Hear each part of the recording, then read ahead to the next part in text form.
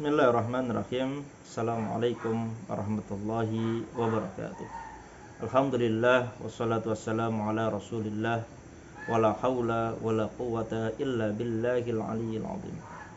Saudaraku yang dirahmati Allah Subhanahu wa taala, dalam kitab Al-Adhiya, Ibnu Jauzi mengisahkan 3 orang pemuda sedang latihan memanah yang kemudian membanggakan nasabnya masing-masing. 2 dari ketiga pemuda itu berasal dari suku Quraisy dan 1 pemuda lainnya adalah seorang budak. Saat pemuda yang pertama memanah, dia berhasil mengenai tepat sasaran. Dia berujar, siapa dulu? Inilah keturunan pemilik 2 tanduk. Maksudnya adalah keturunan Abu Bakar dan Thalhah. Yang kedua pun demikian, tepat mengenai sasaran. Siapa dulu? Saya adalah keturunan syuhada, yakni Utsman bin Affan. Yang ketiga, yang seorang budak akhirnya memanah juga, ternyata tetap tepat sasaran pula. Siapa dulu? Saya adalah keturunan yang malaikat saja sujud padanya. Siapa itu? Ialah Nabi Adam alaihissalam. Wa idh qulna lil malaikati isjudu li Adam fasajadu illa iblis. Ketika kami berfirman kepada para malaikat, sujudlah kamu kepada Adam, maka mereka pun sujud kecuali iblis.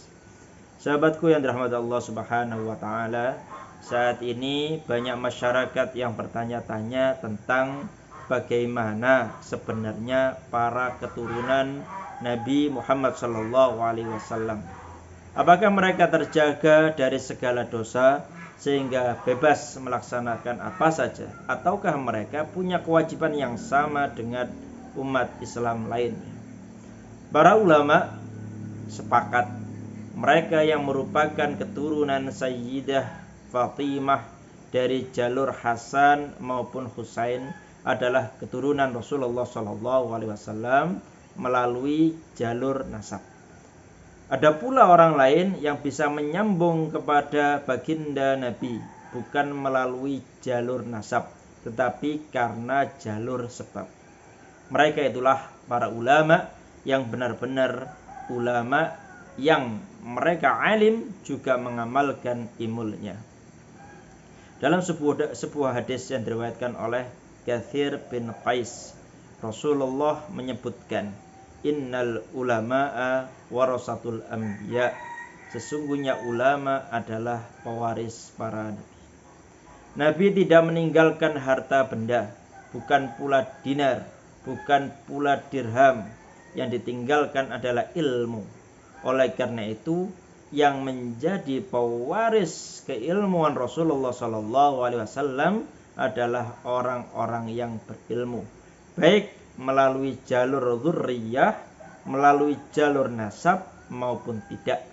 Apabila ada keluarga atau dzurriyyah Rasulullah SAW secara nasab, namun ia sekaligus menjadi ulama, maka inilah derajat yang paling agung, lengkap antara keilmuan dan garis keturunan yang bersambung sampai Rasulullah SAW yang mulia.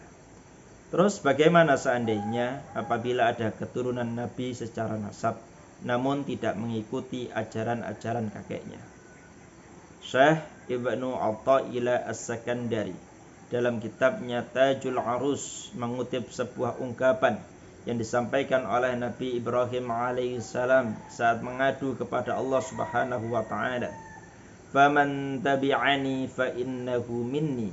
Barang siapa yang mengikutiku, maka orang itu termasuk golonganku. Surat Ibrahim ayat 36. Dengan kata lain, siapapun orangnya tanpa pandang bulu, apabila mengikuti jejak Nabi Ibrahim, baik keluarga maupun tidak, akan menjadi golongan Nabi Ibrahim. Sebaliknya, siapa saja yang tidak termasuk dalam golongan Nabi Ibrahim, baik itu secara nasab tapi tidak mengikuti jejak Nabi Ibrahim, mereka pun akan celaka. Allah berfirman, qala inni ja'iluka lin-nasi imama qala wa min dzurriyyati qala la yanalu ahdil zalimin. Allah berfirman, sesungguhnya aku menjadikan engkau wahai Ibrahim sebagai pemimpin bagi seluruh manusia. Nabi Ibrahim pun memohon, dan juga anak cucuku ya Allah. Allah pun menimpali, benar, tetapi janjiku tidak berlaku bagi orang-orang yang zalim. Al-Baqarah ayat 124. Ya, yang berarti ya kepemimpinan tidak turun kepada orang-orang yang zalim meskipun dalam jalur nasab yang sama. Pada ayat yang lain mengisahkan bagaimana Nabi Nuh alaihissalam pada saat ia dan kaumnya dilanda bencana banjir bandang. Allah sudah menjanjikan orang yang selamat adalah siapa saja yang tunduk dan patuh atas ajakan Nabi Nuh alaihissalam. Namun apa daya, putra Nabi Nuh sendiri yang bernama Kan'an tidak mau mengikuti jejak langkah ayahnya. Dengan begitu ia pun terancam tenggelam. Wa nada Nuhu rabbah faqala rabbi inna bani min ahli wa inna wa'dakal haqq wa anta ahkamul hakimin. Nabi Nuh memohon kepada Allah Subhanahu wa taala sambil berujar, ya Tuhanku, sesungguhnya anakku adalah termasuk keluargaku dan janjimu itu pasti benar. Engkau adalah hakim yang paling adil. Mendengar seruan Nabi Nuh alaihi salam, Allah pun kemudian menjawab seruan itu. Qala ya Nuh, innahu laysa min ahlik, innahu amalun ghairu salih, fala tas'alni ma laysa laka bihi ilm, inni a'idhuka an takuna minal jahilin. Wahai Nuh, sesungguhnya dia bukanlah termasuk keluargamu karena perbuatannya yang sungguh tidak baik. Janganlah kamu meminta kepadaku sesuatu yang tidak engkau ketahui. Sesungguhnya aku menasihatimu supaya kamu tidak termasuk orang-orang yang bodoh. Surat Hud ayat 46.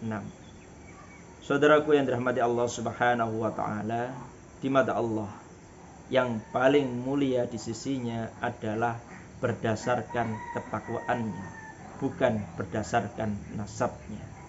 Ya ayyuhan nas, inna khalaqnakum min dzakarin wa untha wa ja'alnakum syu'uban wa qabaila lita'arafu inna akramakum 'indallahi atqakum innallaha 'alimun khabir. Wahai manusia, sungguh kami telah menciptakan kamu dari seorang laki-laki dan seorang perempuan. Kemudian kami jadikan kamu berbangsa-bangsa, bersuku-suku, agar kamu saling mengenal. Sungguh yang paling mulia di antara kamu di sisi Allah adalah orang yang paling bertakwa. Sungguh Allah Maha mengetahui lagi Maha teliti. Al-Hujurat ayat 13. Untuk itu, siapapun kita, dari mana asal kita, siapa orang tua kita, mari tolong menolong dalam bertakwa kepada Allah Subhanahu wa taala. Assalamualaikum warahmatullahi wabarakatuh.